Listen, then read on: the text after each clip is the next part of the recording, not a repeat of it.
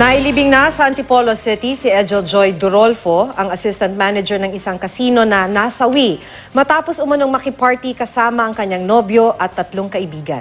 Patuloy ang panawagan ng pamilya ni Durolfo para sa hustisya. Hindi naman namataan sa libing ang nobyo ni Durolfo na si Rodney Ichowski at 3 iba pang itinuturing na persons of interest sa insidente.